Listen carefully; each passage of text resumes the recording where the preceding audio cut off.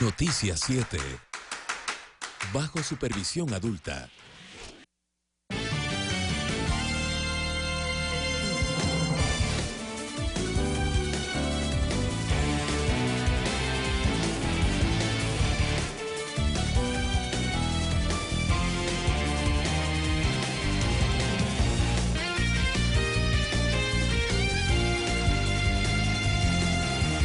Hola, ¿qué tal? Buenas noches. Bienvenidos a Noticias 7. La construcción de la refinería del Pacífico, el caso Chevron, entre otros temas, fueron abordados por el presidente Rafael Correa en un conversatorio que mantuvo con los medios de comunicación en Quito.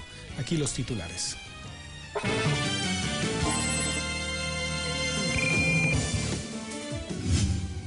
El acuerdo comercial con la Unión Europea, las reformas al ISPA, las elecciones 2017 y otros temas fueron tratados este martes en un conversatorio con el presidente Correa. El Estado ahorró cerca de $300 millones por la compra de medicamentos gracias a la subasta inversa. Las Fuerzas Armadas deberán pedir disculpas a un ex cadete de la Escuela Militar Eloy Alfaro por discriminación racial. Y en lo internacional, 186 personas mueren por inundaciones. Aquí el desarrollo. El presidente Rafael Correa habló con los medios de comunicación sobre la economía interna y el acuerdo comercial con la Unión Europea. El dinero electrónico fue uno de los temas abordados por el mandatario, quien señaló que pese a la politización que ciertos sectores de la banca privada ejercen sobre el proyecto, la plataforma del Banco Central está lista para acoger a quienes deseen sumarse. Pese a todo eso, crecen por miles las cuentas y las transacciones y no podrán detener la llegada del futuro. Y parte de ese futuro es el dinero electrónico. Al respecto de la deuda del gobierno central con las asignaciones a los GATS, desde junio estaría pendiente un monto aproximado de $470 millones, que pretenden ser solventados a corto plazo. Sin embargo, el presidente realizó un planteamiento. Ellos se quejan porque no pueden hacer obras, etcétera, porque nos atrasamos 1 o 2 meses en asignaciones. Yo llevo 18 meses sin un centavo de ingreso petrolero. Sí me gustaría de repente, en vez de exigimos, escuchar propuestas de cómo generar ingresos y sobre todo que reconozcan que lo que exigen es el tan satanizado gasto público. Sobre los efectos internacionales del Brexit, admitió que la salida de Gran Bretaña de la Unión Europea podría acarrear efectos en Ecuador. La apreciación del dólar es igual de grave que el desplome de los precios del petróleo. Nos hace restar competitividad, abarata importaciones. ¿Qué estamos haciendo? Salvaguardia. ¿Qué estamos haciendo? Sustitución de importaciones. Al igual que en la consecución de los plazos para terminar la ratificación del acuerdo comercial con la Unión Europea. Con respecto a la Unión Europea, nos complica el Brexit, las negociaciones. Esperamos de todos modos poder cerrar hasta diciembre, pero es bastante difícil. No imposible, pero bastante difícil. Estamos poniendo todo nuestro esfuerzo en aquello. Sobre la refinería del Pacífico, hay confianza de lograr el 100% del financiamiento internacional de fondos provenientes de Asia para esta obra que, según el presidente, representará un incremento del 25% del coeficiente del PIB. Sectores estratégicos implican inversiones enormes, pero necesarias. En consecuencia, correctamente la ley contempló una excepción para sectores estratégicos. No es reforma legal. Lo que se requiere es una aprobación de la Asamblea. César García, Ecuador TV. Además, en este mismo espacio, el primer mandatario abordó temas relacionados a la política nacional, entre ellos las próximas elecciones de 2017. Al presidente no le llama la atención el aparecimiento aislado de precandidaturas de cara a las próximas elecciones del 2017, las cuales no afectarían a los objetivos de Alianza País. Entonces solo me queda agradecer, ¿no? Como agradecimos la candidatura de Cintia Viteri, agradecer la candidatura de Andrés Páez, la candidatura de Paul Carrasco. Se destrozaron las unidades, ¿verdad? Eso demuestra que nunca estuvieron por un proyecto país, sino por ambiciones personales. Sin embargo, dejó planteada una posibilidad. Entonces están bien alzaditos, ¿no? Entonces, que ni me busquen mucho, me les presento en el 2021. Y si no apruebo la transitoria contra Constitución, me les presento en octubre. Depende del nivel de bravuconería y de cobardía de los mismos de siempre. Concentrado en la etapa final de su gestión, también se refirió a la propuesta de una reforma a las cesantías y pensiones jubilares que maneja el ISPA. La lógica se reduce a equidad, homologando esta realidad con la sociedad civil. ¿Qué justifica que en nuestro país alguien tenga una pensión de $5.000 cuando 2/3 partes de nuestros adultos mayores no tienen pensión jubilar? ¿Qué justifica que en el sector civil hay un límite para pensiones? En el sector militar no lo hay. Son fuentes de inequidad, son cosas clamorosamente injustas, indebidas, ¿ok? Y aquí debe primar la razón, no la fuerza. Sobre Julian Assange insistió en su denuncia al respecto de que se siguen violentando sus derechos humanos. Por un instante, imagínense que nosotros tuviéramos una persona encerrada en una embajada 4 años sin permitirle salir, pese a que al respectivo país le ha otorgado asilo. Ya estaríamos en la Corte Interamericana de Derechos Humanos, en la Comisión Interamericana de Derechos Humanos. En el tema Chevron y la sentencia que obliga al Ecuador al pago de $96 millones, se analizará con el procurador qué medidas adoptar. Me acaba de informar el ministro Fausto Herrera que nos han dado hasta el 20 de julio para pagar eso. Bueno, ya veremos las acciones que vamos a tomar. Retomando el ámbito local, el presidente Correa explicó que la empresa farmacéutica nacional Enfarma se cerró por no cumplir con sus objetivos y que sin embargo la Sercop continuará mediante las subastas inversas aportando el ahorro del Estado en la compra de medicamentos. César García, Ecuador TV. Y el partido político Creo, liderado por Guillermo Lasso, presentó hoy en Cuenca a sus nuevos simpatizantes. Tal como sucedió el 19 de enero de 2016, cuando algunos actores políticos de derecha se reunieron en Cuenca liderados por Jaime Nebot y Paul Carrasco, este 5 de julio se reunieron actores políticos, también de derecha, pero en otro frente. Esta vez es Guillermo Lasso quien presentó a sus nuevos colaboradores, varios de ellos desvinculados de distintos partidos políticos. Es el caso de Wilson Muñoz, Macarena Valareso y Franco Romero, todos socialcristianos, quienes aseguran estar en desacuerdo con la candidatura de Cynthia Viteri, por eso respaldan a Lasso. Creo en una democracia republicana, de la alternancia y de los consensos. Me adhiero a este colectivo, Compromiso Ecuador. Quizá con esto se evidencia fraccionamiento de la derecha ecuatoriana, le preguntamos al alcalde de Azogues. Bueno, en política habrán no un candidato, sino 10, 20 candidatos o precandidatos, ¿no? Muchos de ellos intentando ver qué alianzas pueden formarse. También hay figuras de otros partidos y movimientos políticos. Betty Amores, Fernando Villavicencio, Vicente Tayano y Fausto Cobo. Hablando en términos futbolísticos, cualquier equipo del mundo quisiera tener esta delantera que tenemos nosotros acá.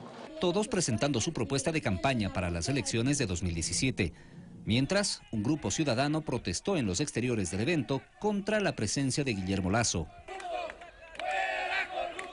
César Tacuri Vintimilla, Ecuador TV.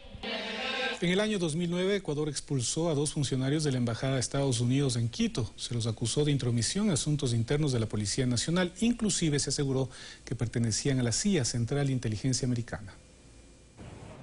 El trabajo que, a decir del gobierno nacional y varios analistas, cumple la CIA en nuestro país, se realiza a través de supuestos agentes nacionales y extranjeros. Tiene una finalidad específica: acabar con los avances democráticos, participativos de todos nuestros países. Una de las presuntas agentes que operó en el país desde 1984 fue la libanesa Leila Haddad Pérez, quien, según publicaciones de prensa, habría conseguido una cédula falsa en Otavalo. Su trabajo lo realizaba tras la fachada de un almacén de alfombras en el norte de Quito. Ella disponía nombramientos de jefes policiales. Haddad Pérez dejó el país en 2007, ya en el gobierno actual. Según reportes de la propia CIA, habría perdido su influencia en la policía y fuerzas armadas. A decir de Telesur, cadena internacional, quien el mes pasado realizó un especial periodístico sobre la CIA en nuestro país, tras la salida del Ecuador de Leila Haddad Pérez, conocida como la agente SWAT, habría tomado la posta la guayaquileña de descendencia alemana y estadounidense Karen Holihan. Los agentes de la CIA actúan, se los identifica por las líneas de acción.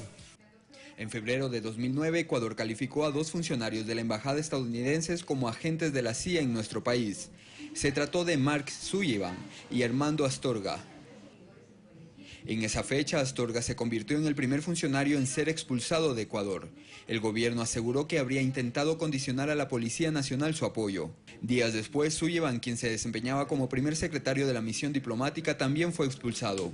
Y es que Sullivan, según un informe, habría mostrado su inconformidad con la designación del nuevo jefe de la ahora extinta Unidad de Investigaciones Especiales, UIES, de la Policía Nacional. Para Sullivan, Ecuador no observó ciertas políticas que su gobierno exigía para mantener la colaboración con dicha unidad. Es así que decidió suspender el apoyo económico por parte de Estados Unidos a la UIES. Por su parte, el gobierno nacional aseguró que Mark Sullivan era jefe de la CIA en nuestro país. Rodrigo Gálvez, Ecuador TV.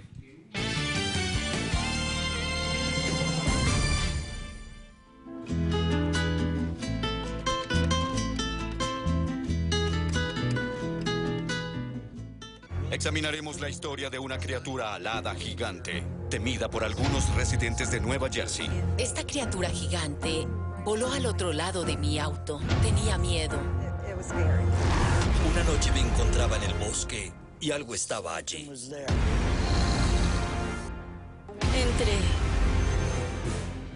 y sentí una presencia. Oh, por Dios, ¿qué es eso? Nat Geo nos trae Demonio de New Jersey.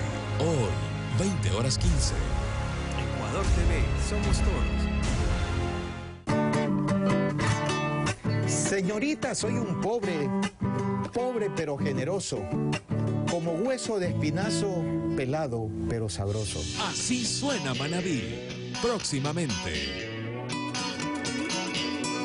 Ecuador TV. Somos alegría.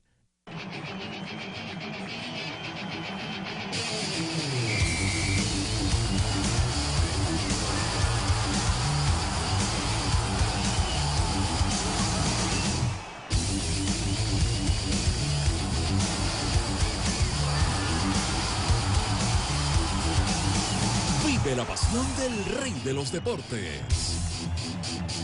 Campeonato Ecuatoriano de Fútbol. Por Ecuador TV Internacional. Somos fútbol. A sus 76 años, Aura todavía teje. Es una costumbre que no se puede olvidar, dice. Es que aprendió este oficio hace por lo menos 60 años. Algo ya se alegra uno que lo termina y uno ya, bueno, qué bien que ya acabé mi sombrero ya para buscar el comerciante para vender. Conoce lo tradicional de Montecristi. Miércoles 20:15. Ecuador TV. Somos cultura.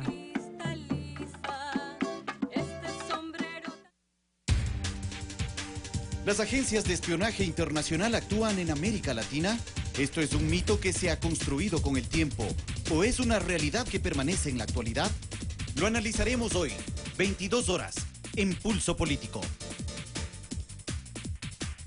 Ecuador TV, somos todos.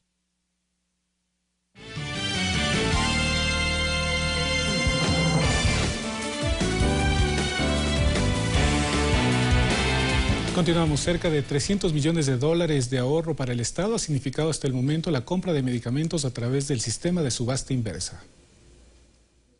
Hasta junio de 2016 se han adjudicado más de 200 medicamentos para el sistema público de salud. Compra que se llevó a cabo a través del mecanismo de subasta inversa. ¿Qué resultados podemos entregarle al país? Entregarle al país un ahorro de más de $280 millones para los siguientes 2 años. Son medicamentos para tratar enfermedades como intoxicación alimentaria, parasitosis, úlceras, gastritis, arritmias cardíacas y más. Que hubo más de 165 empresas que participaron, hay 77 proveedores ganadores, el 80% de esos ganadores son proveedores nacionales. El director del Servicio Nacional de Contratación Pública alerta que existe una campaña impulsada por ciertas empresas farmacéuticas para afectar el proceso de adjudicación de medicamentos. ¿Por qué quieren que se compre por fuera de la subasta? Porque cuando se compra por fuera de la subasta de medicamentos, venden 60, 100, 200% más caro. Un ejemplo es la necesidad que actualmente tiene el Estado para adquirir medicamentos para combatir la desnutrición infantil. Ahí necesitamos comprar nosotros 9 millones de estos sobrecitos de medicamento. ¿Qué pasa? Que nosotros necesitamos ya, pero la única empresa que hay aquí no quiere esperar a la subasta inversa, sino que se le compre ya. ¿Por qué? Porque nos quiere vender al 300% más del valor que es. Pero además las autoridades piden a la ciudadanía no creer aquellos rumores que aseguran que los medicamentos genéricos son de mala calidad o poco efectivos. Porque en realidad sustentos reales, pruebas, como ustedes dicen, de que los medicamentos no sirven, de que los medicamentos fallan, de que son de menor calidad, no tienen. Fabricio Ceballos, Ecuador TV. Y ahora damos paso a nuestro compañero Javier Ceballos, quien se encuentra en la Plaza Cívica de Manta. Javier, buenas noches. ¿Qué novedades tienes? Cuéntanos. Gracias, Alex. ¿Qué tal? Muy buenas noches. Un abrazo a todos los amigos televidentes de Ecuador TV y de Noticias 7. Desde el 16 de abril anterior hasta el día de hoy, 5 de julio, han transcurrido 80 días del terremoto que azotó a las provincias de Esmeraldas y Manabí. Durante la mañana de hoy y parte de la tarde hicimos un recorrido por los cantones Rocafuerte y Tosagua. Y en la siguiente nota les presentamos el sentir sobre todo de las autoridades que se han encargado del proceso de reactivación productiva, sobre todo para generar mayores condiciones favorables para sus habitantes. Les presento la siguiente nota. Aquí se vive una pugna constante entre dejar que el tiempo pase y borre malos recuerdos o tener presente lo que produjo el terremoto para tomar fuerzas y seguir adelante. En el cantón manabita de Rocafuerte, 2.872 casas en la zona urbana quedaron destruidas o parcialmente dañadas y 827 con similares características en la zona rural. Lenin Coveña, vicealcalde de Rocafuerte, nos cuenta que poco a poco el tiempo ha hecho su trabajo. Lo bueno que la gente, nuestra gente de nuestro cantón, de nuestra provincia, no se dejó de caer, no nos dejamos de caer. Pero también hay necesidades. Recursos por el orden de los 11 millones de dólares para la instalación de una planta propia de agua potable que garantice el suministro de líquido vital a más de 35.000 habitantes de este cantón. Hay que entender que nosotros dependemos de Manta y Manta es quien nos da el agua y habiendo lo que pasó, teníamos que esperar a lo que estaba sucediendo. Al cantón Tosagua se lo conoce como el granero de Manabí. El maíz es su principal producto agrícola que sustenta económicamente a esta jurisdicción. María Lourdes Vera, jefa política de Tosagua, nos cuenta que los estragos del terremoto van superándose. Se lo nota así, tanto en la infraestructura de las casas dañadas como en su actividad comercial. Igual tenemos que seguir adelante, reactivándonos. De que uno tiene que superar, de que lo que pasó, ya pasó, o sea, la vida continúa. En ambas jurisdicciones se hace un trabajo silencioso. La aspiración es que poco a poco las necesidades y carencias vayan superándose. En Manabí, con imágenes de Wilson Chuquitarco y Fernando Cabrera, Javier Ceballos, Ecuador TV. 19 horas con 17 minutos. Esta información la generamos en vivo desde la Plaza Cívica de la ciudad de Manta. Y justamente la municipalidad de esta ciudad ha informado que aproximadamente el 60% de 1.900 solicitudes de demolición han sido cumplidas ya. El 40% restante se cumplirá en los siguientes días, en las próximas semanas. A continuación, un reporte. Rodrigo es operario de esta excavadora. Su misión es terminar de derrocar lo que un día fue un edificio de 5 pisos ubicado en el barrio Jocay, en Manta. Es una tarea para él dolorosa, a pesar de que han transcurrido 80 días del terremoto. Chuta le da un poco de pena y lástima de todo esto, pero lamentablemente así es. Tenemos que, ordena el Ministerio de Obras Públicas, con el Estado coordinan para poder proceder a la demolición. Hasta la fecha, según el alcalde de Manta, se han recibido 1.900 solicitudes de demolición de viviendas. Ya se ha ejecutado el 60%. El 40% restante se lo terminará de hacer en los siguientes días y semanas. Paralelamente, hemos venido trabajando ya en los proyectos de reconstrucción. El gobierno municipal de Manta está a la espera de que se les acredite 18 millones de dólares para comenzar obras de alcantarillado y agua potable en toda la ciudad. Estamos trabajando también de manera acelerada en el proceso de reasentamiento de los comerciantes. Aquí al lado izquierdo de este edificio están los terrenos del Seguro Social y unos terrenos privados que hemos expropiado, área suficientemente grande para albergar a más de 3.000 comerciantes que se afectaron por el terremoto en la zona central de Tarqui. Secuelas de una tragedia que aún persisten y que pretenden ser superadas con el transcurrir de los días. En Manabí, con imágenes de Wilson Chuquitarco y Fernando Cabrera, Javier Ceballos, Ecuador TV. Cabe resaltar como información complementaria que el trabajo de las autoridades tanto en Rocafuerte, Junín, Calceta, Tosagua, los diferentes cantones manavitas de aquí en la ciudad de Manta, el trabajo de las autoridades sigue de manera permanente. Hasta aquí nuestro reporte desde la ciudad manavita de Manta. Sigues tú, Alex, desde Estudios en Quito. Muy buenas noches. Gracias, Javier. Y también les contamos que hasta el momento 6.200 familias afectadas por el sismo han recibido un bono para el arreglo o reconstrucción de sus viviendas. Sin embargo, José Rosero, director del Instituto Nacional de Estadísticas y Censos, INEC, estima que la cifra de hogares aumentará con el tiempo. Rosero prevé que el registro de damnificados estará listo en 2 semanas más, el mismo que viabilizará la ayuda a las personas afectadas. También el viceministro de Vivienda, Jorge Navas, informó que ya se dio inicio a la construcción de casas en Manta, Puerto Viejo y Bahía de Caracas. Las políticas estatales sobre movilidad humana fueron destacadas por el Alto Comisionado de Naciones Unidas para los Refugiados, Filippo Grandi, quien consideró que el Ecuador puede ser un referente mundial en este tema.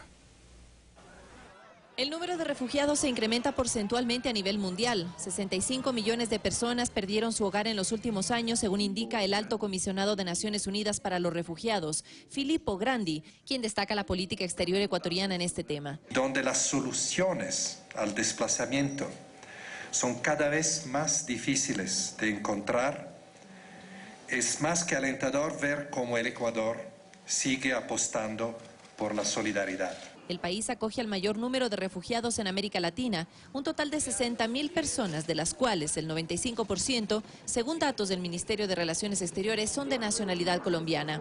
El canciller Guillaume Long explica que la libre movilidad humana está garantizada en la Constitución de la República. Frente a la posibilidad de que se concrete la paz en el vecino país del norte, Long precisó que los refugiados podrán quedarse en territorio ecuatoriano si así lo desean. Que sientan que están en casa, que sientan que la sociedad ecuatoriana los acoge, no en campamentos de refugiados, sino plenamente integrados en nuestra sociedad. Con el convenio suscrito este martes se fortalecen los lazos de cooperación entre Ecuador y ACNUR para la protección en territorio nacional de aquellas personas que por diversas circunstancias debieron dejar su tierra natal.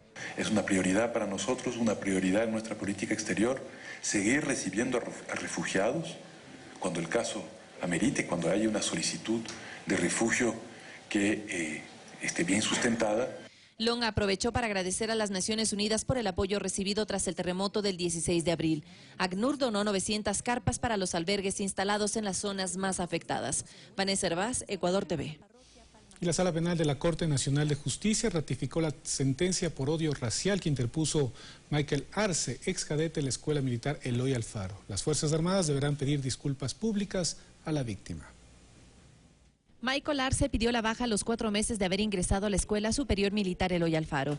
La Fiscalía inició las investigaciones luego de que el joven afrodescendiente denunciara que durante ese tiempo fue víctima de agresiones físicas y psicológicas por parte de su instructor. Hubo testimonios que manifestaban que el señor Arce recibió un trato discriminatorio, diferenciado, no únicamente que respondía a situaciones de orden físico, de fuerza, que puede ser normal en entrenamiento, sino que fue un trato diferenciado respecto a los otros estudiantes. En noviembre de 2015, el acusado Fernando E. fue sentenciado a 5 meses y 24 días de privación de la libertad por odio racial. Su defensa interpuso un recurso de casación en la Corte Nacional de Justicia, pero este martes la Sala Penal de manera unánime ratificó el dictamen. La resolución anterior también determinaba que la ESMIL pidiera disculpas al ex cadete durante una ceremonia militar. El juez Richard Villagómez indicó que el tribunal determinó que el acto de reparación debe ser público y que además las Fuerzas Armadas deben publicar la sentencia en los medios de comunicación. El acusado ya cumplió su pena. Sin embargo, corresponde ahora el resto de las medidas ordenadas en sentencia y sobre todo corresponde que de conformidad con el artículo 190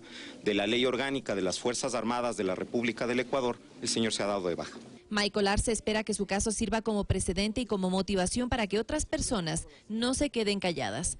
Y a las personas que se sientan agredidas, que tengan, el valor de recurrir a la justicia, que si están en su derecho, como hoy en día se puede dar y se puede hacer justicia, como es lo que yo pedí. Asegura que tras este episodio su vida continúa. Actualmente cursa estudios de educación y psicología. Vanessa Hervás, Ecuador TV.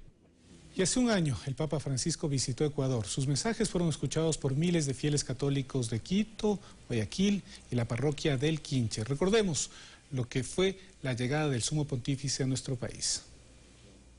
Sus mensajes fueron calificados de potentes y claros. Al ser la principal autoridad de la Iglesia Católica, su palabra sirvió de guía espiritual a los miles de fieles que lo siguieron en cada encuentro. Francisco habló desde la religión, pero sobre todo desde la espiritualidad.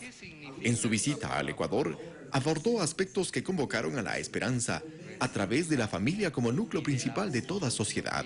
Poniendo una especial atención en nuestros hermanos más frágiles y en las minorías más vulnerables, que son la deuda que todavía toda América Latina tiene. La evangelización y la unidad fueron enfoques de un llamado a la responsabilidad de mirar a los más excluidos e indefensos, porque es a costa de ellos, o al menos en su nombre, que existe una búsqueda estéril, dijo, por el poder, el prestigio, el placer o seguridad económica malentendidos. Los bienes están destinados a todos, y aunque uno ostente su propiedad, que es lícito, pesa sobre ellos una hipoteca social, siempre. Se supera así el concepto económico de justicia, basado en el principio de compraventa, con el concepto de justicia social, que defiende el derecho fundamental de la persona a una vida digna. Educadores, estudiantes, miembros de la comunidad religiosa, de la sociedad en general, autoridades del Estado, con todos y para todos hubo notas de exhorto, de guía, incluso de retos que fueron planteados para hacer de la tolerancia, por ejemplo, un medio de convivencia pacífica, de inclusión, de diálogo. En realidad son manifestación de ese difuso individualismo que nos separa y nos enfrenta. Fue una gira pastoral por Sudamérica que incluyó a Ecuador como el primer país de la región en ser visitado por Jorge Mario Bergoglio. Su presencia mereció la atención como líder de la Iglesia Católica y como jefe de Estado del Vaticano. Un pobre que muere de frío y de hambre hoy no es noticia. Pero si las bolsas de las principales capitales del mundo bajan 2 o 3 puntos, se arma el gran escándalo mundial. Eduardo Córdoba, Ecuador TV. Yo me pregunto.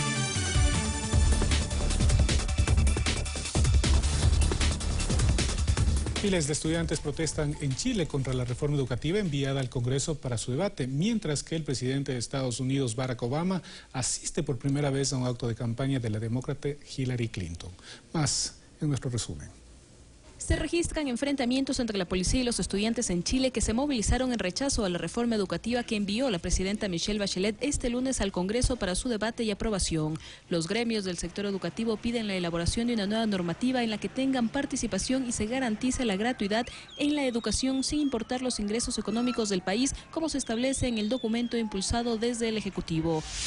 Venezuela conmemora 205 años de la firma del Acta de Independencia en medio de la confrontación entre el gobierno y la oposición. El presidente Nicolás Maduro dijo que el poder militar tiene que seguir incrementándose para enfrentar una guerra no convencional. El mandatario se refirió en esos términos ante lo que califica como un boicot a la economía por parte de la oposición y apoyada por sectores extranjeros. En Estados Unidos, el director del FBI, James Comey, anunció que la agencia no va a recomendar que se presenten cargos criminales contra Hillary Clinton por su manejo de información clasificada durante su gestión como secretaria de Estado. Asegura que no hay pruebas que muestren que envió ni eliminó deliberadamente mensajes clasificados. En tanto, en su campaña electoral en Carolina del Norte, contó por primera vez con la presencia del presidente Barack Obama. Las autoridades de China informaron que al menos 33 millones de personas están afectadas por las inundaciones en el este y sur de este país. El número de muertos asciende a 186, otras 45 están desaparecidas.